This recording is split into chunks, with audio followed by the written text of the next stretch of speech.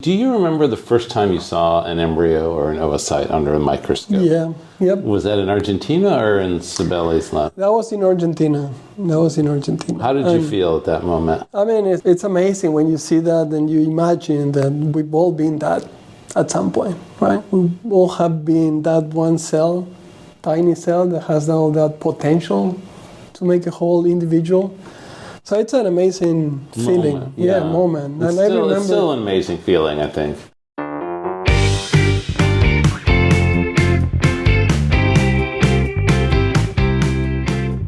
Hello everyone, this is Matt Lucy, host of Dairy Digressions. In my many years as an ADSA member, I have come to understand the great value that membership brings. Many people become members to take advantage of reduced publication charges and discounts for meeting registrations. Those are great perks for ADSA members. But membership is more than that. As an ADSA member, you're connected to scientists, educators, and industry professionals in the global dairy community. Think of your membership as an investment in your future and join today. Learn more about ADSA and the advantages of ADSA membership at adsa.org.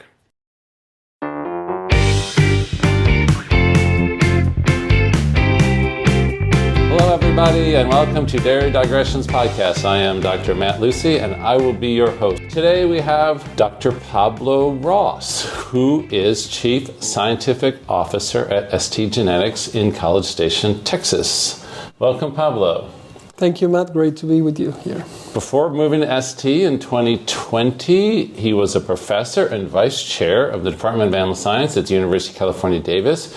He received national and international recognition as an independent researcher in the areas of molecular embryology, stem cell biology, gene editing, and animal genomics. Dr. Ross has received international acclaim and media attention, along with prestigious local and international awards, including the Young Investigator Award from the International Society of Transgenic Research, the IETS Early Career Achievement Award, and the UC Davis Chancellor's Fellow Award. In general, while he was at UC Davis, his research interests included reproductive biology with an emphasis on gamete and embryo development, epigenetic remodeling during embryonic development, somatic cell nuclear transfer, embryonic stem cells, and induced pluripotency. And all of these were applied to assisted reproductive technologies in livestock. So, Pablo, I really appreciate you spending some time with me. And before we get kind of started, I wanted to talk a little bit about your time at UC Davis before you moved to ST. Yep. Well, perhaps we just back up a little bit and just start out with your story, because your story is an interesting one. We were talking earlier, I was watching a video online produced by students at UC Davis. You talked about your birthplace being Argentina. Mm-hmm. A small town in Argentina. Yep. So tell me how you got from a small town in Argentina. Let's just start with just a small town in Argentina to Michigan State, embryology lab in Michigan State. Yeah, that could be a short or a long story, but so whichever way you prefer it. But yeah, I grew up in a small town, 3,000 people, where everybody knows everybody. I'm one of 6 kids in the family. I'm the oldest. My youngest sister is only 7 years younger than me, so we were all like one after the other, very good close friends, and grew up in a town where you get out, you get up, go to school, and then you're outside, everybody cares for you, right? Mm. And my dad is a vet, now retired, but a veterinarian, so I grew up visiting farms and being in contact with animals. When I finished high school, there is an expectation maybe, or there was, I believe, that almost everybody goes to college in Argentina because college is free and open. So you don't apply, you just go, wherever you want to go. And really at that time, I wasn't sure what I wanted to be or do of my life. I kind of remember I first wanted to be a pilot, then I wanted to be an engineer. Then I figured out that I really enjoyed the outdoors and that my dad had he was a livestock veterinarian, so he lived outside and outdoors. So I thought, veterinarian must be a nice life to live. I went to vet school. Vet school was in La Plata, one of the largest cities in Argentina. Spent my 5 years doing vet school there. And in my last year at vet school, I had the opportunity of doing some undergraduate research. And I worked at the pathology lab doing swine pathology, where every Saturday we would go to a farm and do a necropsy of every pig that died during that week, I hope they put them in a cooler, but maybe not. Well, that's the thing. In Argentina, coolers are reserved for food, not for dead animals. So at least they were in a shady area, so they were in a wooded area. So we would open every single animal. Some that had died just that morning, and some that had died the previous Saturday afternoon, right after we left. Ouch. So I did that for a whole year. But the amazing, rewarding aspect of that was that we wrote up the study, and my professor suggested that we presented that at a meeting here in the U.S. at the American American Association of Swine Practitioners. Anyway, we sent that out, and the presentation, the after was selected for a poster presentation and for a talk. So I had the opportunity to come, and that was my first time out of Argentina. Wow. So I remember I flew to Chicago, where we are right now today, and then from here to Indianapolis, and I gave my presentation in Indiana, and the presentation was recognized with an award. And wow. So it was incredible. I mean, it was a dream come true, and I realized that science was, a very rewarding career. Right. You get the recognition, the opportunity of traveling. I always dreamed of traveling the world. But I sort of, as a kid, I would always think for myself, well, that's not going to happen, right? Nobody in my family ever left the country. Why would I have that opportunity? And I kind of saw that maybe this was a way of achieving that at the same time of contributing to science. So I finished school. One thing I was sure I didn't want to do pathology. That'll fix it right there, right? And reproduction was an area that was attractive for me. So I did a master's in reproduction in Argentina, in Balcarce, another city in Argentina. And at that time, my work was related to estrus synchronization in suckle beef cows. And we were using implants with progesterone and looking at when to apply estradiol after you remove the implant, and doing ultrasound and follicular wave. Zebu or? These were all mostly Angus herds. Angus we're in Argentina. Okay, so mostly Angus or crossbred Angus Hereford, which is very common cow in Argentina. So I did a lot of that work. But again, towards the end of my master's, I had an opportunity of starting to work in an IVF lab. That was one of the first in Argentina, and get some exposure with some cloning technologies. And I had the opportunity to travel to Europe, to Spain, for a 2-month course on reproductive biology. And after that, we had some time to travel around, and I went and visited multiple research institutes in Ireland looking for PhD opportunities. In Ireland, in UK, in France, people that I had made contacts with, and I just trying to talk to everybody and looking for a PhD opportunity. Came back to Argentina, and there was a conference on the IVF World Congress in Buenos Aires. Oh, fantastic. And so I went to that conference. One of the people presenting was Jose Cibelli. This was in 2002, if I remember correctly. He was a very busy guy in that conference, so everybody wanted to talk to him. He was very famous with the cloning work and stem cell work. And I remember going to the podium after he gave his first talk and tried to talk to him, and he was just very busy. A lot of people surrounding him, and they walk away. I told him I wanted to talk to him. He said, well, later, okay.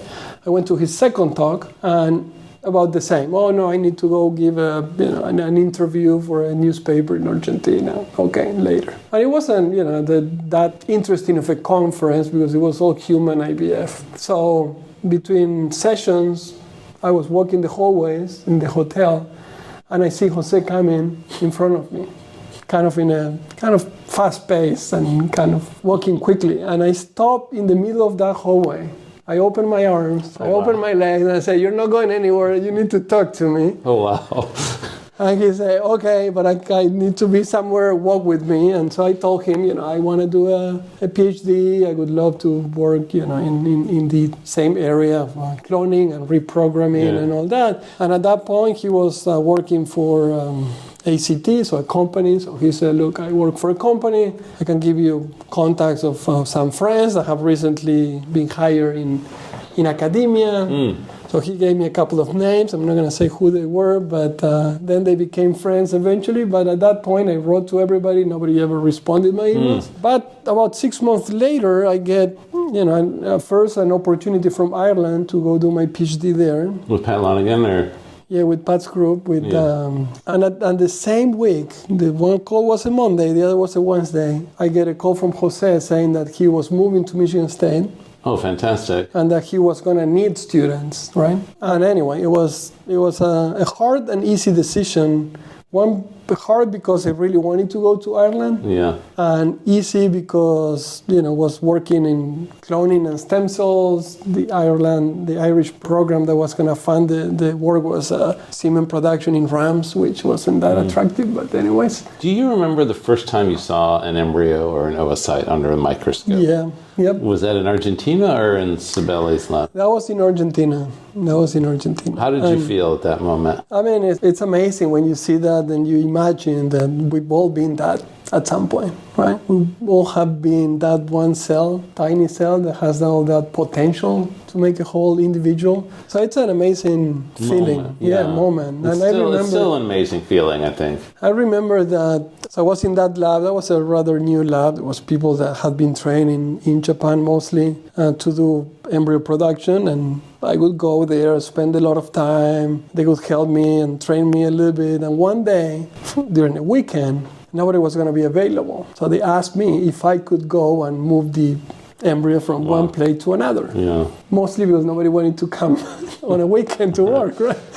So I said, yeah, of course. And I remember that day.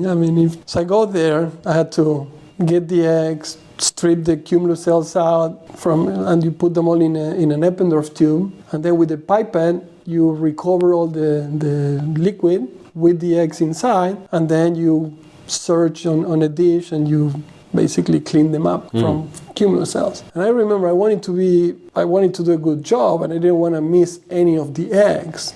So when recovering the liquid, I pressed maybe a little bit too hard against the bottom of the tube, just to make sure I could capture every drop.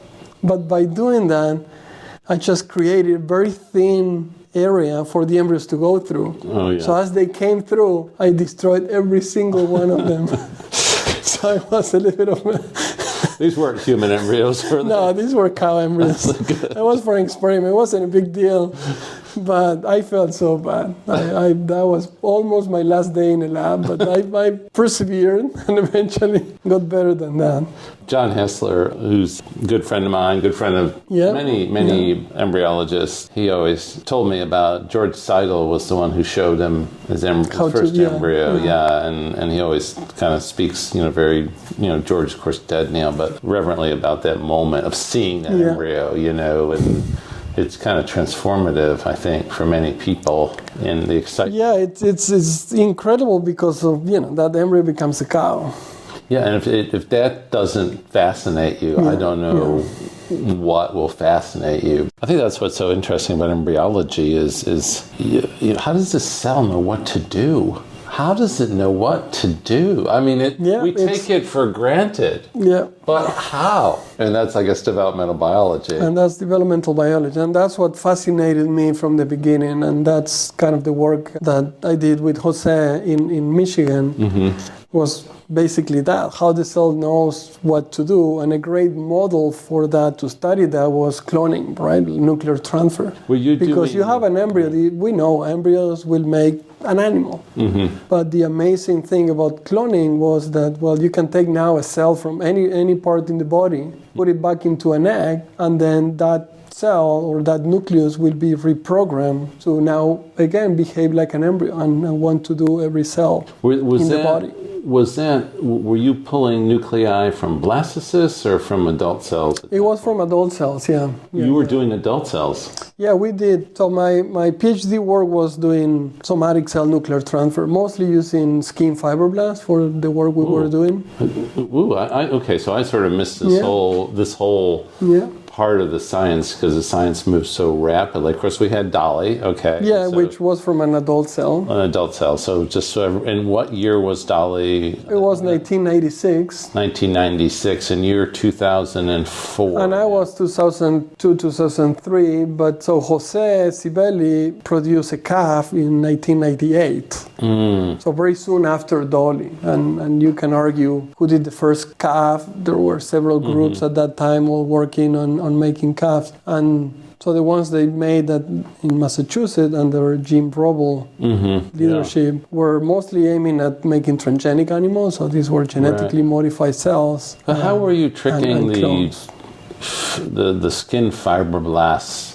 You must have had to go through some sort of de-differentiation protocol before putting them in the oocyte, or were you just putting them directly into oocyte? Yeah, it's the oocyte that has that does the magic. So the oocyte is able to de-differentiate that cell and basically remove all the signals that make it a differentiated cell. And we think we often, when we look at embryonic development, it seems like the system works with a highly undifferentiated cell, basically a very naive state of chromatin. And that triggers this program of development.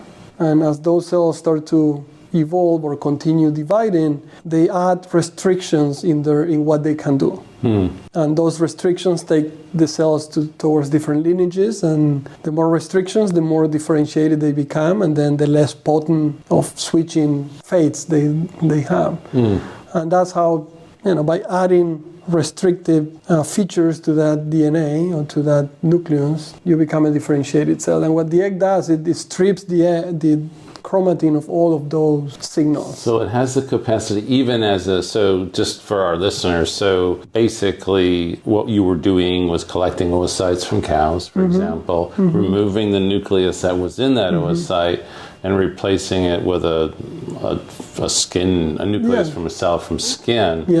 What Pablo is explaining to us is that skin nucleus is meant to be a skin cell, and you have to basically erase a lot of the memory, as we call it, the epigenetic memory. The epigenetic memory of that DNA, and the oocyte can do that. Yes. Now, we're going to talk about it, but now I guess it's fair to say we can do that.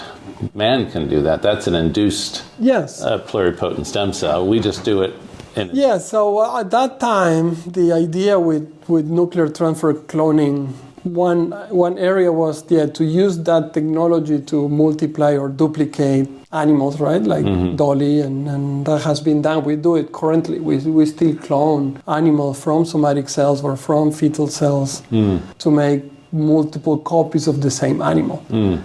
But on the human therapeutic side, there has been this idea that is still around, and there is more and more. I think we're closer to implementing that in therapeutic context. That many diseases and conditions are because of the failure or lack or death of some specific cell types, like Parkinson's disease, for example. So there is a dopaminergic neurons die in the brain, and then they don't produce dopamine, and you experience Parkinson's disease or type 1 diabetes. So your beta cells in the pancreas die, and then there is no cells to produce insulin. And the idea has always been, if you could replace those cells with new beta cells for diabetes or new dopaminergic neurons for Parkinson, you can cure the disease. But we know that you cannot put any cell. And these therapies have been tried, and they actually work when you do it with cells like fetal brain cells or fetal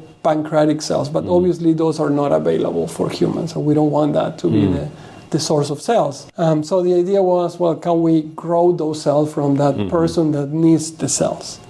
And unfortunately, you cannot take a skin cell and turn it into a pancreatic cell or a neuron. And the idea was, if we can differentiate them back into an embryonic cell, then from that embryo make a stem cell, and then take that stem cell, differentiate it towards that pancreatic cell or dopaminergic neuron, then you could have cells from that same patient that are newly formed to do that function. Yeah, and I think...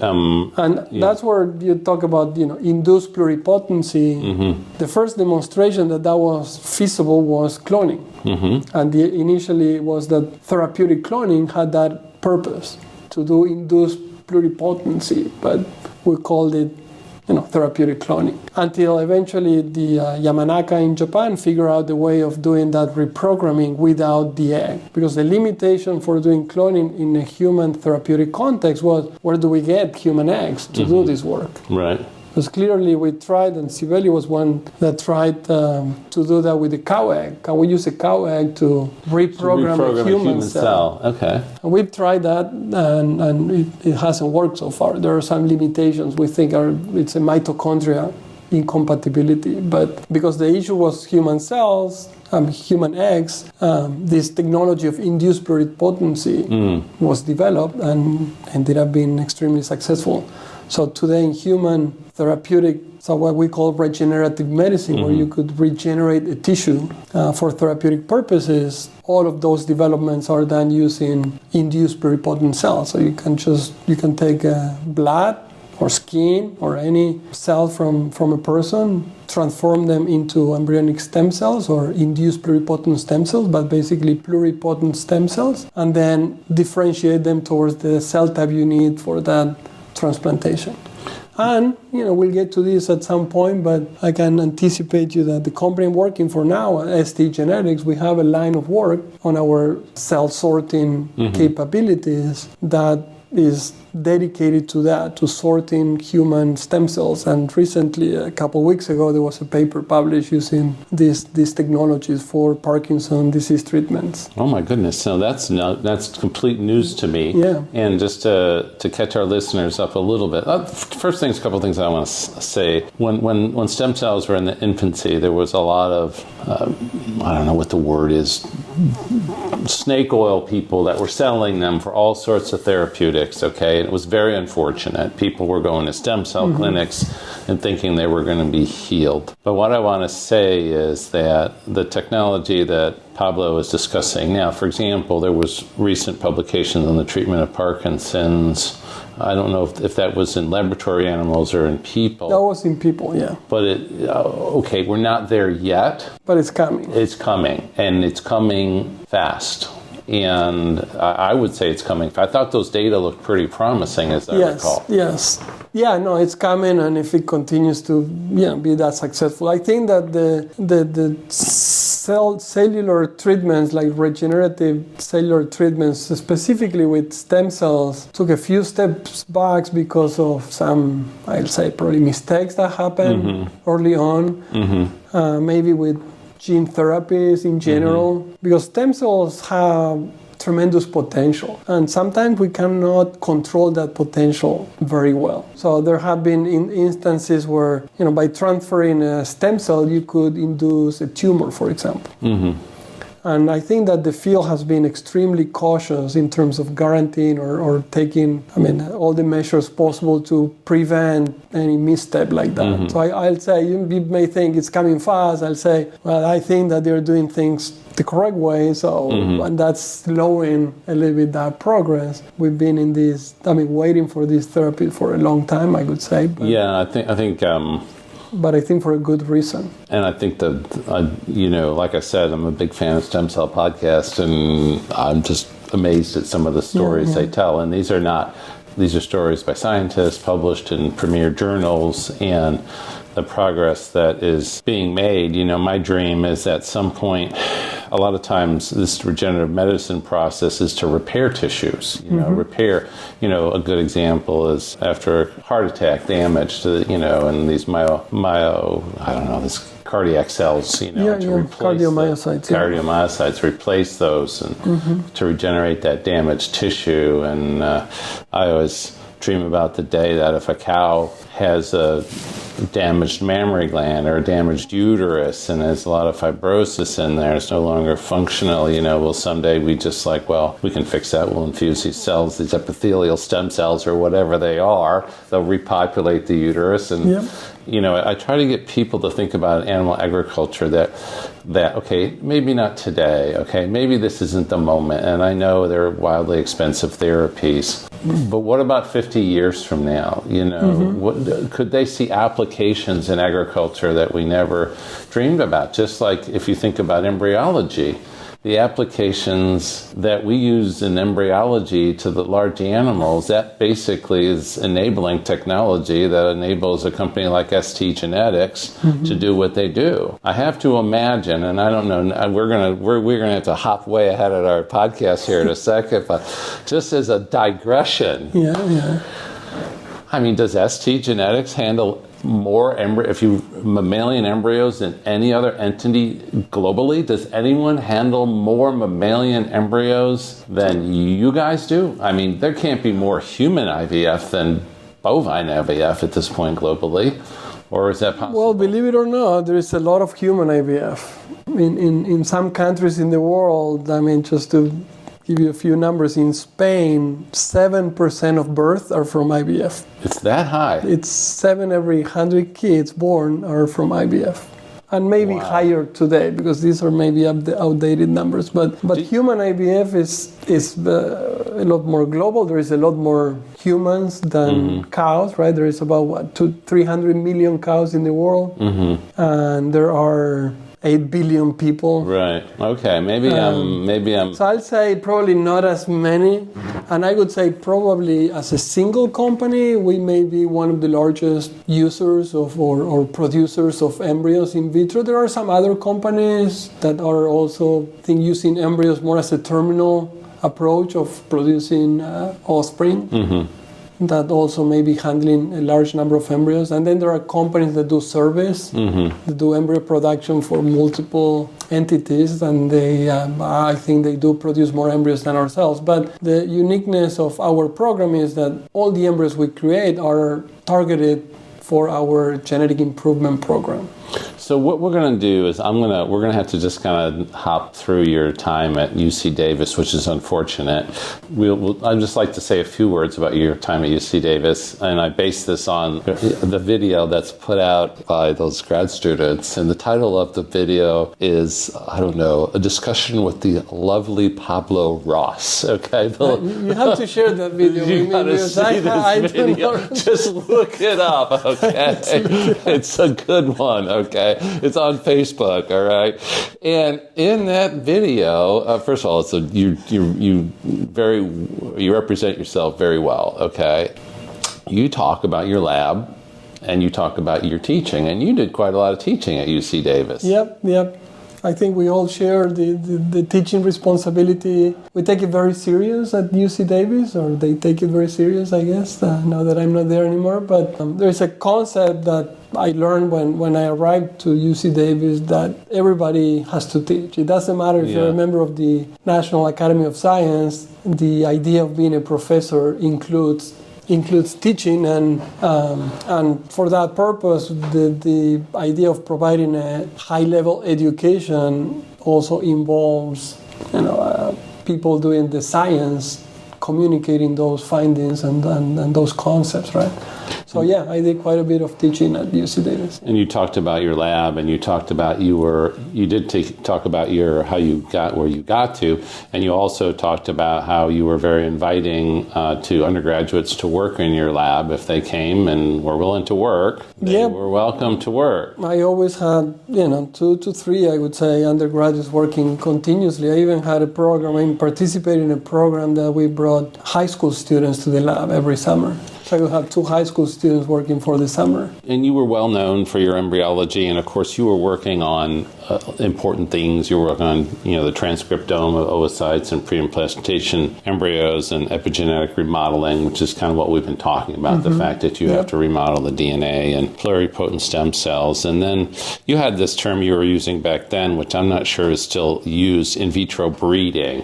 And And I think that's when you came to University of Missouri, gave a seminar, and you were talking about that, because I remember going, whoa. And it's about, at that point, I think you're using embryonic stem cells and trying to coax them into, take an embryonic stem cell and get it to differentiate into an oocyte. Was that concept at that point? Yeah, that's accurate. So the idea of in vitro breeding is shortening generational intervals, right? So when you look at the breeder's equation and how you make genetic progress, you look at that formula that has the speed of genetic progress is directly proportional to the genetic variation in the population, the selection intensity that you apply to that population, and what's the other one?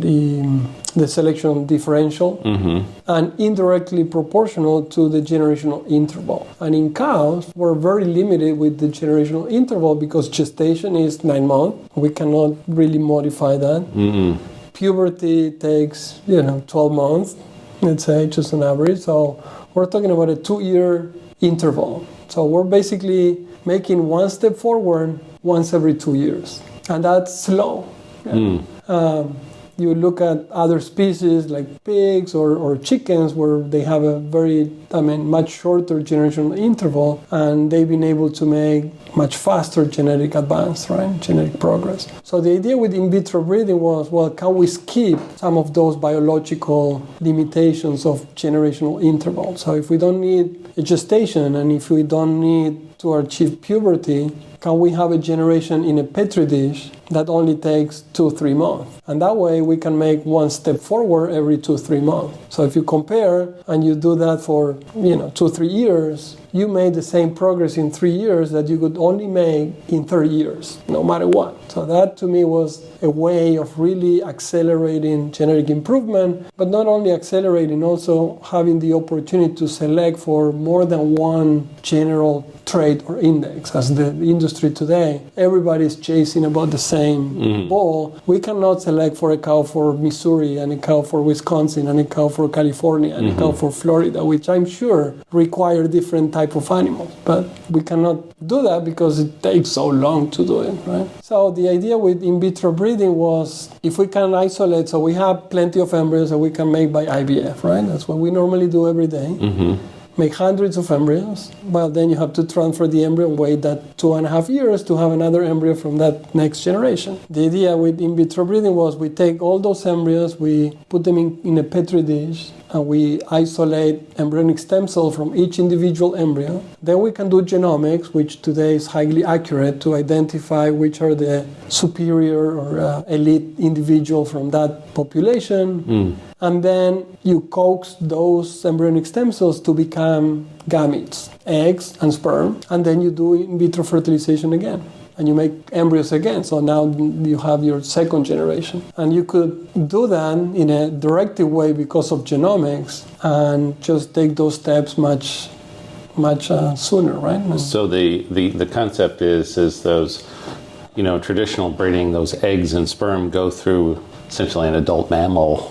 And you put them together and you put them back into adult mammal and you wait for another mammal and adult to do it all over again. It's that 2-year thing, but all that, you're never going and you're never leaving the petri dish. Exactly. You stay with the petri dish. You're staying in the petri dish. And maybe as we get towards the end of the podcast, you can tell me where we are with that process, because I know there's been quite a lot of progress of late. It's not as easy as it's not easy. Yeah. All you people out there in podcast land, it's not easy, okay? No, it's not easy, but it has been done in mice. It has been done in mice. And mice are certainly not small cows, right? It's a different species, but it's a mammal. And so I think that we often, when we are trying to do this or achieve the things that are so science fiction we think that maybe it's impossible, right? But I think the fact that it has been done in another mammal makes it has to be possible. We just need to find the way. I sort of envision the day when, and we could talk about this forever, Pablo, because it's a very fascinating topic. And so I won't even, maybe we'll try to, because I just wanted to ask you, I mean, when we get oocytes now, I don't know what you do at ST, but many people, you have a heifer or a cow, and you aspirate from her ovaries, you get the oocytes via transvaginal aspiration, and you put them in a dish, and you fertilize them. And this concept of in vitro gametogenesis, the capacity to identify your favorite cow or the elite cow in your herd or somebody else's herd and take, I don't know if you could do it you could probably do it with a blood sample, who knows? Yeah, we can do it with the blood or skin or anything, yeah. De-differentiate those, redifferentiate into thousands of oocytes. Yes. Fertilize, produce thousands of embryos. No more transvaginal oocyte collection and, 8 to 10 oocytes per collection and... Yeah, that's the idea, and that's the dream. That's the dream. We're not there, but... We're not there, but trying to get people to understand that there will be another way. There will be a different way of doing this. It takes science. Yeah. And the whole idea, right, is to make the system more efficient. At the end of the day, obviously, you don't want to do that just in a petri dish forever, because the petri dish will not produce milk, it will not produce meat. Yeah. But the idea of taking those steps a little bit faster, we've seen the growth and the advances in genetics in the dairy industry, and just imagine what that's going to look like in 20 years. But then you have to wait 20 years. With this method, you could do that in 2 or 3 years. So you could have the same progress that you could expect in 20 years, but bring it in much earlier. And that's the whole idea. We're going to talk at the end of the podcast about how ST has used technology to create a new breeding value called ECO dollars and create a genetic line, or I guess it's a sire lines, which really are more feed efficient, which are more environmentally friendly. And people are like, well, why would a farmer want an environmentally friendly cow? Well, they love the environment, number one, but this cow eats less and grows just as fast and makes just as much milk, but eats less feed. And when you have on dairies, half the price of the dairy is feed. And this is the type of thing like a company like STgenetics, and this is no comment about all our friends in other companies. It's not. We have a lot of friends across the bovine industry. We all do. But I'm just trying to maybe use STgenetics as an example of how a genetic company can make tremendous progress, and not only help produce it through superior genetics, but also sort of go down a line of genetics that even helps them more. You add superior productivity, superior animal performance, and you add to that feed efficiency, which is a fascinating story in itself. So I won't torture you too much, but I remember when you came to Missouri and all of a sudden there's this Pablo Ross moving to STgenetics, and I was like, what? What? You didn't call me and tell me first? I had to read it in the newspaper? Is this our friendship? I read it like everybody else on a blog site somewhere? What was that all about? Why did you move to ST? Good question. I mean, I don't know that I have a real simple answer to that, but I tend to say that in part it was because of COVID. Right. COVID. The only reason I bring up COVID there was I had the time to consider, my life maybe and trajectories and what was going on, and maybe even consider other opportunities. I mean, for my whole career, since my work with the pigs and my initial work in research, I was very focused on academia, and that was it, right? There was the academic career, and I think I was being pretty successful at that, so everything was smooth sailing, going really well, obviously staying very busy. And one day Juan Moreno, the STgenetics CEO, called me, and he said he was going to be in the area and he wanted to talk to me or to visit. I said, sure, come over. At that time, I was talking to some of the people in his lab, so I thought maybe he wanted to collaborate on projects like this one we just discussed about in vitro breeding. So he came over, we spent the day talking about science, and I showed him around, and at the end of the day, he asked me, well, you know why I'm here, right? I said, yeah, sure, you want to collaborate? And he said, no. I want to offer you a job. And I said, well, I'm sorry that you wasted the whole day, but I'm perfectly fine. I'm not going anywhere. And he said, well, let's continue talking. And this was right before COVID. So he did offer, he offered me to visit the facilities at ST. And to me, ST, as probably it is to a lot of people, was just the company that sucks semen and, once in a while call them and ask for free semen for my experiments, things like that. But that was my relationship with the company. I had no idea about what this company really was. And during that visit to some of the facilities in Wisconsin, it really opened my eyes to what that company was doing, all the science that was going on, and the capacity for R&D, and really to make a difference that was more, in a way, more tangible. And we kept talking, and that's why I say COVID, because that's when I think I visited the facilities in February. Yeah, because it was a Super Bowl day. So it was February of 2020. And then by March, we were stuck in our houses, so we couldn't go anywhere. So I would talk with Juan for hours and hours on the phone. And that gave me the time to really start considering, well, why not? Let's think about it. And I started talking to some colleagues and trying to get advice on the pros and cons of industry and academia. And of course, I had a great position there.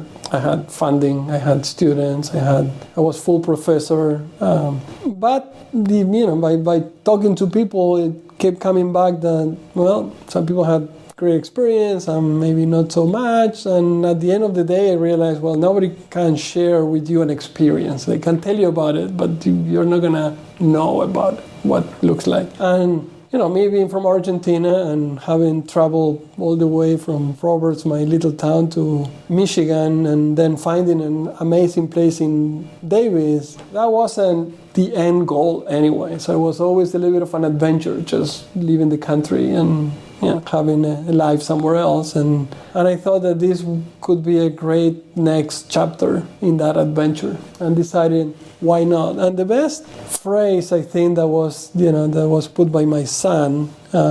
So in June of that year, we went to College Station, to Navasota. It was kind of a surreal trip because it was in the middle of COVID. So we took an airplane in Sacramento to Houston. The airport was completely empty. And they picked us up in a van for 30 people, and we were at the far back, and the driver, whatever. And so we got there. We were in a house that ST has in the property, so we didn't want to go to a hotel. Nobody wanted to go to restaurants, that kind of things.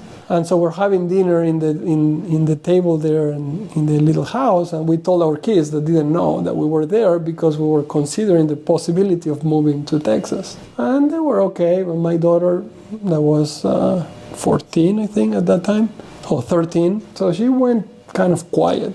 So we finished dinner, and she went to the bedroom. And then my wife goes after her, and she was crying, right? So we say, okay, let's go back and let's talk about this. And so we're talking on the table, and my son, he was very excited. For some reason, he always wanted to live in Texas. Don't ask me why, but he was very excited. So he goes and tells my daughter, and then he was 11 and she was 13, and he tells my daughter, Luisa, that's her name, there is only one life, so why not do it, right? So if you don't experience things in this life, you may not have another opportunity. And that really, to me, that sealed the deal. It was like, yeah, we're going to do this and we're going to figure it out. That is a fantastic story. That is a fantastic story. Yeah. And you went with a winner here. And I want to just sort of, for our listeners, just kind of bring people up to speed about STgenetics and what they think about. They know about STgenetics, but then also let you tell us how they achieve the genetic progress that they've been able to achieve. And so let's just back up. So STgenetics, originally, I think the technology that they owned was just sperm sorting. And of course, the original sperm sorting technology came from Larry Johnson, USDA, and I don't know if there was any patents around that or not, or how that all worked. Yeah. But ST acquired that technology and obviously improved upon it tremendously. And the technology is that an X-bearing sperm and a Y-bearing sperm have different amounts of DNA.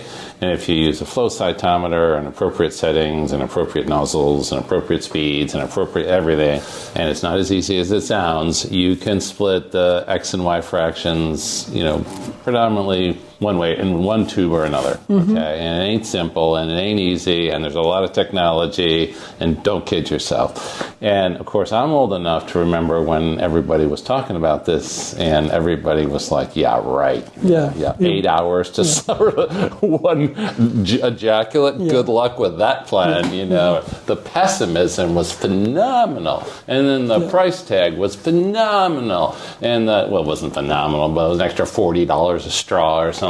And then the speed was so slow, and nobody will buy it. And then the conception rates were so low, and no one will do that. And this is ridiculous. And these people from ST are just a bunch of salesmen and women, and wow. Yeah. Talk about being wrong. Talk about being wrong. And so this company, first of all, they improved the technology, they made it better, they improved it, they protected it with the appropriate patents. They developed new products, and okay, so I don't know what the data say, but I got news for you. People are very comfortable using the product and that basically, you talk about beef on dairy, which is that's where dairy producers have so many heifers, they can breed a bunch of their cows to beef cows and sell beef calves. That's all about sexing semen. All about sex semen, yeah. That was the enabling technology, and then somewhere along the line, and so the products got better, the technology got better. Somewhere on the line, they decided we're gonna own some bulls now. We've decided to own some bulls. I don't know when that happened. We got beef bulls and we got dairy bulls. And we got all these bulls and we got all this genomic capacity. And as I was saying before this or earlier in the podcast, I'm looking at the recent sire lists. And I'm like, what the heck? What sire code is 551? What stud is 551? Because 551 is on top of everything and deep. Sexing technology, ST? Yeah, it's I think it's a beautiful story, and I think it's not told enough or not known enough. But when ST acquired the technology, so the technology went from the USDA to a company called XY that was in Colorado. I forgot about that. Okay, XY. So XY was the company that made sex semen commercial for the first time. And initially in their system, they were issuing licenses. So you could license the technology, then you'll buy the machine, and you could use it. And ST was one of those that got a license early on during those times. And that's how they got into the technology, but eventually had the opportunity to purchase XY. And really that's when the tide started changing. And what ST did was it not only purchased XY, it also purchased some technology from Monsanto. Monsanto was also developing a sperm sorting technology at that time. I don't think it ever became commercial, but they were quite advanced. ST also acquired a company in Massachusetts that was specialized in microfluidics.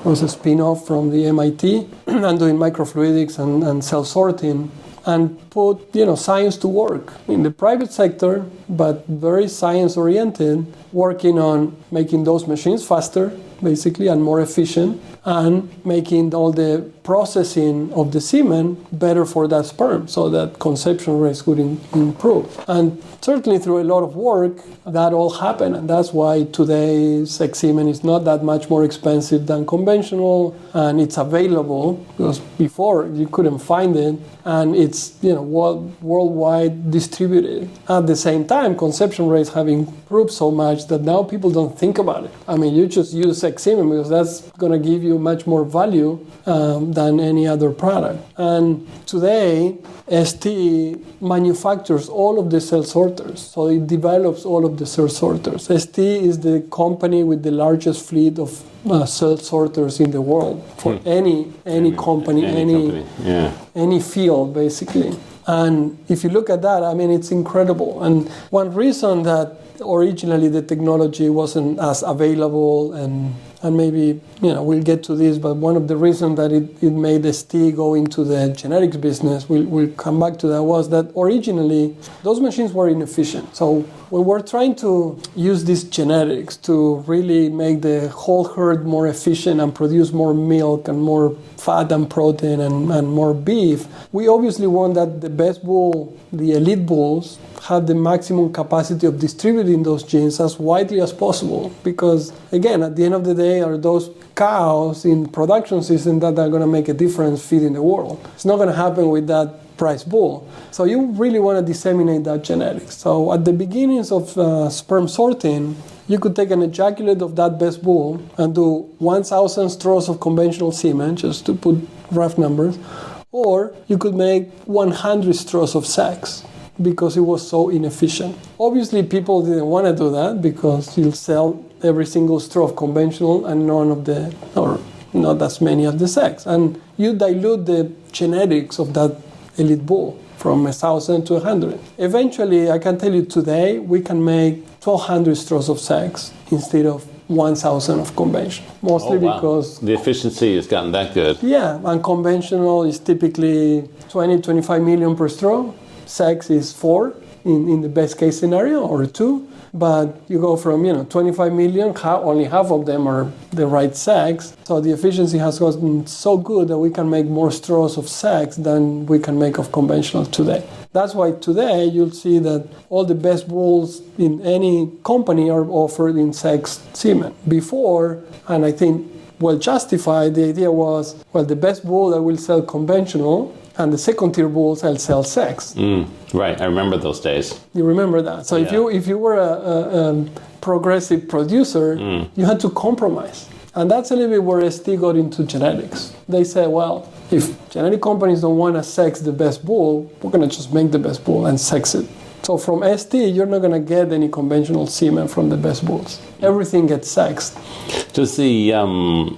So you got into the genetics, and can you just explain, just for your sires, are they all generated with conventional processes of transvaginal oocyte collection, followed by in vitro fertilization, embryo transfer? Is that the route you guys use to create these sires? I mean, yeah, basically, I mean, it's a lot of, again, it's trying to apply the latest science to genetic advance. And so ST in 2015, so 10 years ago, started this genetic improvement program. I mean, before they had bulls, but they were just buying bulls and sexing the semen, right? So they started this genetic improvement program. That time they also purchased a genomic testing company, because you need to test in order to make progress, and then invested heavily in this system for embryo production by in vitro fertilization.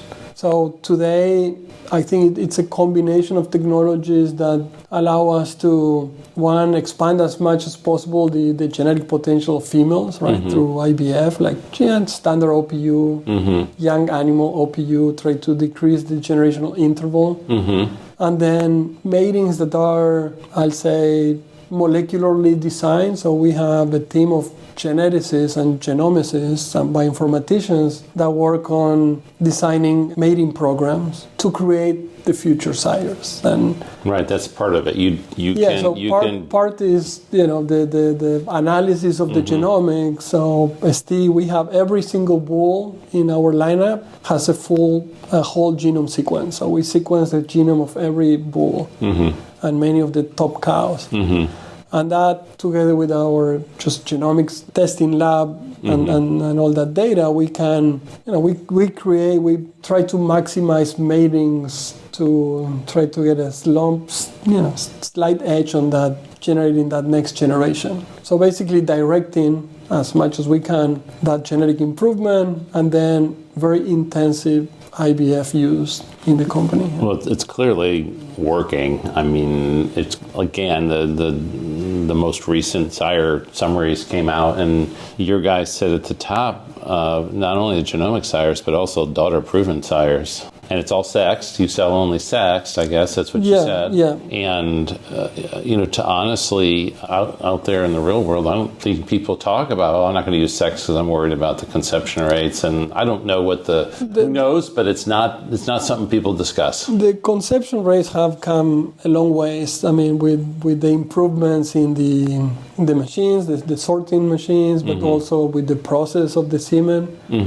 What we are seeing today is that the relative conception of sex to conventional is 90%, 90 to 95%. We have some programs that we've been investigating, playing with, and slowly launching, that including use of fresh semen and use of mixed semen, where we see conception rates that are equal and sometimes even better than conventional. Fresh semen. You guys don't give up with innovation, do you? Okay, fresh. Yes. Gee whiz. Yeah. What's mixed semen mean? That's where you put two sires together? Yeah, put 2 to 3 sires together. And again, we've done a lot of research to see that that's a real effect. Yeah.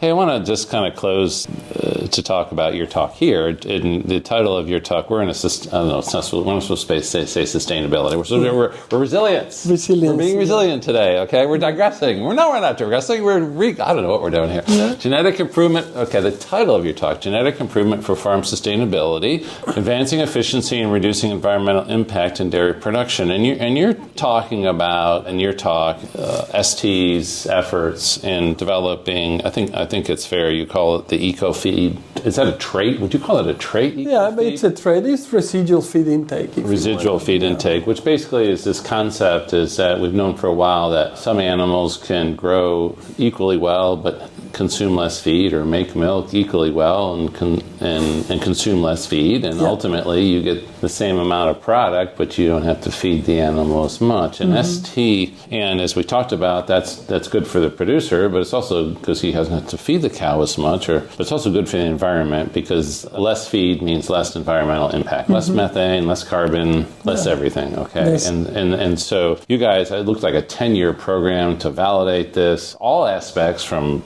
birth to death, exactly how this all fits together and everything else. And then beyond that, you came out with a new selection index. And I thought this selection index was really cool because we have different, in the dairy industry, you have different selection indices that we use. Net merit is very popular. TPI, you guys are at top of both of them, so pick your favorite one, but whatever. But then you came up with this Eco Dollar Selection Index, which I thought was kind of interesting. And I had to take a picture because the slide is so small on my phone here, but I can't find it. But here is Eco Dollars, and this selection index is weighted 28% for feed efficiency. So that's a big piece of this index. You've got form and functional traits at 23%, and that includes productive life. So we want cows that stay in the herd longer. Udder composite, we want, and cows with nice udders. Everybody likes a good udder. Feet and leg, everybody likes good feet and legs. Cow conception rate, form and strength. And so you've got about a quarter of it that really emphasizes a real functional commercial cow that has all the right parts, and it looks like the rest of it is production. So what's different protein here? And fat, yeah, and so you got about half. Most selection indices about half production, half some of these other things. But what you've got there is the 28% on EcoFeed. So, you got any thoughts on that? I think that's really cool. I mean, we do think it's very cool. And so ST has been developing this program, like you said, for 10 years. A little bit of it conceptually came from some previous experience that ST had with other producers, with Brahman breeders that at some point selected for this, and they saw that significant change. So you can make significant change in efficiency in animals. And in part was, I may transgress the story a little bit, but at some point with sex semen and too many heifers that have been made, and milk prices started to go down a little bit because there were too many cows. So our CEO got worried that farmers wouldn't have enough money to buy semen, right? So nobody would buy sex semen because it was more expensive. And he asked for an economic analysis, on dairy farms and affordability of semen. And the analysis came right away, like it didn't take much time for an economist to come back and figure out, well, if dairy farmers are worried about the $10 bill or a $20 extra expense on semen,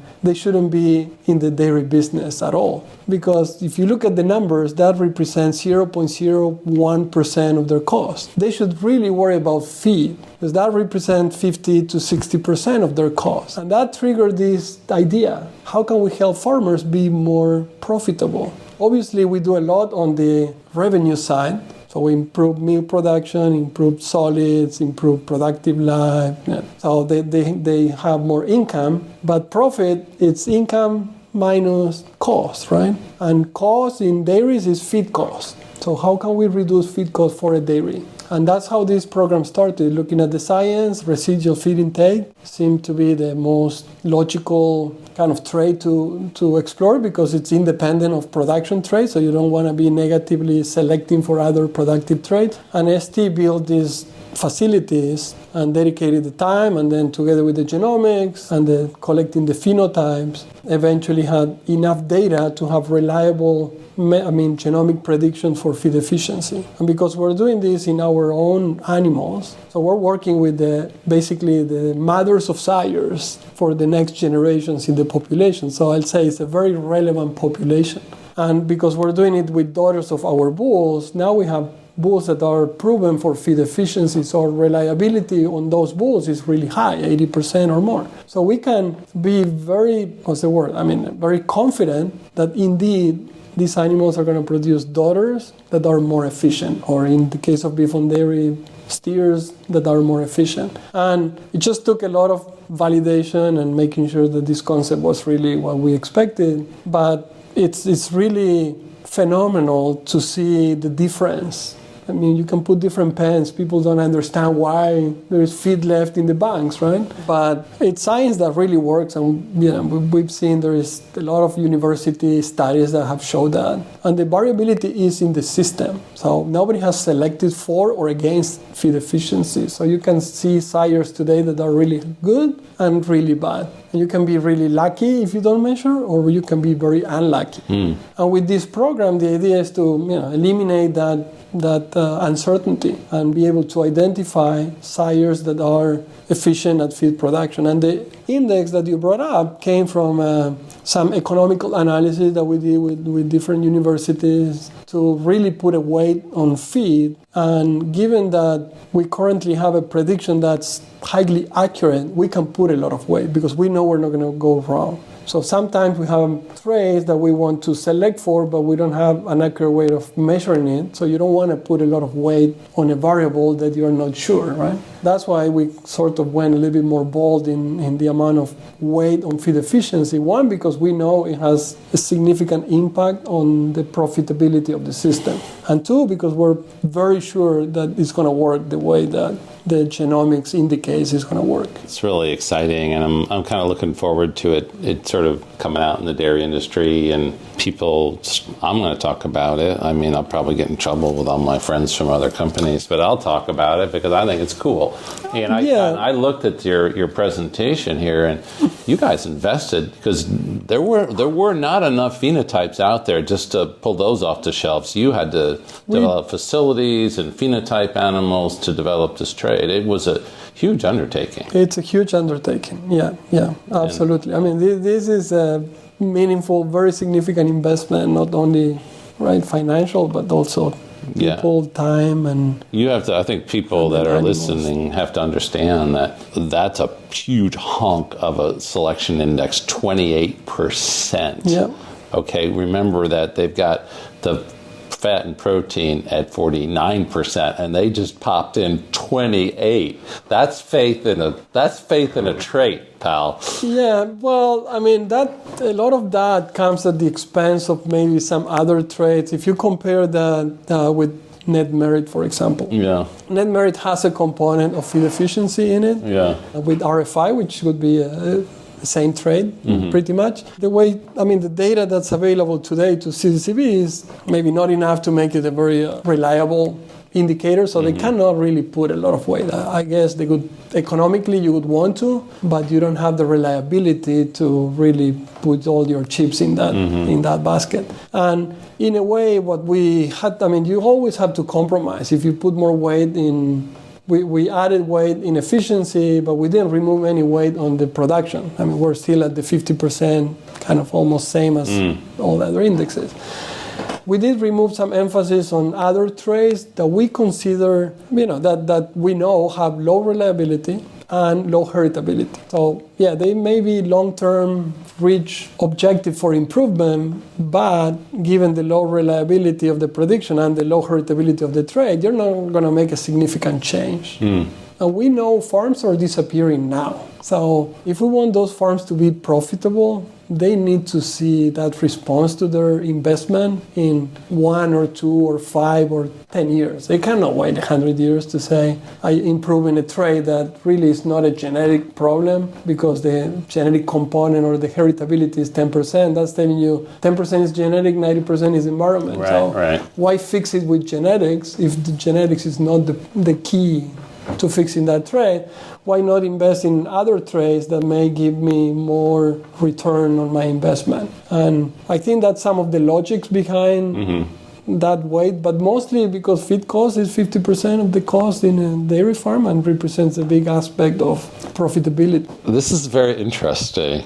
You talk about genetics through the mind of a physiologist. When you're talking about genetics, you know how to talk to a physiologist about genetics. Because I'm not a geneticist. Because you're not a geneticist, okay? It's true. You talk about, the physiologists out here are going to be like, yeah, I got it now. I understand what's going on, and because the way you present it, we can sort of understand because our minds are geared in a certain sort of capacity. So that was, I can tell you, I'm not a geneticist by no means of imagination. But I have learned that genetics is a really powerful tool, not only to make improvement, but also to understand physiology. Because at the end of the day, proteins drive physiological processes, and those all come from genes in the DNA.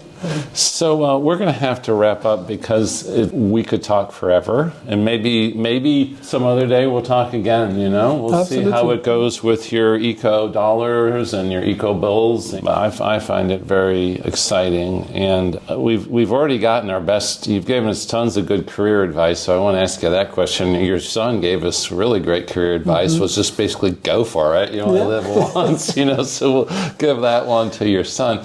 I know you have some other interests. I know you love the outdoors, and it was kind of interesting. You love to ski, and you mentioned when you're in Davis, you like to go fishing, but fly fishing with your friends. And if you were not a scientist, if you never saw that embryo, if you never killed those pigs underneath the trees, you'd probably be a veterinarian, or you think you'd do something else? Yeah, it's a hard question. I don't know, to be honest. Probably something else. I don't know. One thing when I finished school, the one thing that scared me about being a veterinarian in a rural area was the monotony of that sort of life. And it's different. Summer is different than winter, is different than spring, different than fall. But every summer is the same problem, every winter is the same problem, every fall is the same problem. So, and I think that's what pushed me a little bit into science, was that you never know what you're going to be facing. There's always different opportunities that you can be chasing. And that has, kept me very interested and active, and I enjoy that aspect. And in the company now, it's not been any different. ST, I think the one commonality to ST in everything that we discussed that has done, and I would say has done really well, is that it's extremely, how it values science. Everything done there has to be scientifically meaningful, right, and correct. And science is the way of fixing all these problems that we face as a company, as an industry. And the other thing I'll say is always that vision of trying to make products or make progress that's good for all the stakeholders, right? So cement company needs an industry that's successful, and the industry needs a consumer that demands the product. So we're always looking at what the consumer wants that we can help provide through our genetic technologies and reproductive technologies and so on. That was beautifully said. That was a fantastic podcast interview, and just the honesty and just the way you approach things, and you really carry yourself like a scientist. It's really great to sit down with scientists who are so passionate about what they're doing, whether or not they're at UC Davis or STgenetics. So I just want to say thank you very much for your openness, and you're willing to tell us about your career. And I think there's going to be a lot. Hopefully, we'll get some good inspired embryologists out there to keep working on this, because we need them. We need them. Thank you very much, Pablo. With that, I'm going to go ahead and close. But thank you very much. Thank you, Matt. It was a pleasure talking to you. All right, everybody, that brings us to the end of this episode of Dairy Digressions. Don't forget, if you enjoy Dairy Digressions, please like and subscribe. And if you have feedback or suggestions for speakers, please tell us at ADSA@ADSA.org. This has been Matt Lucy, your host. Until next time, enjoy your science. Thank you very much.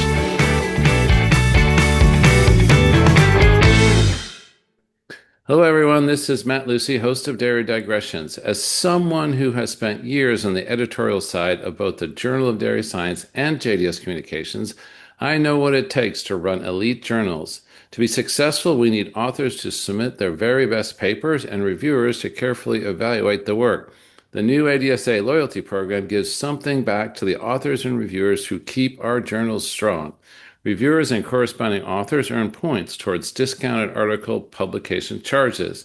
If you're deciding where to submit your best work this year, or deciding which paper in your inbox you should review, consider the advantages that the ADSA loyalty program brings to you. Head to adsa.org for details.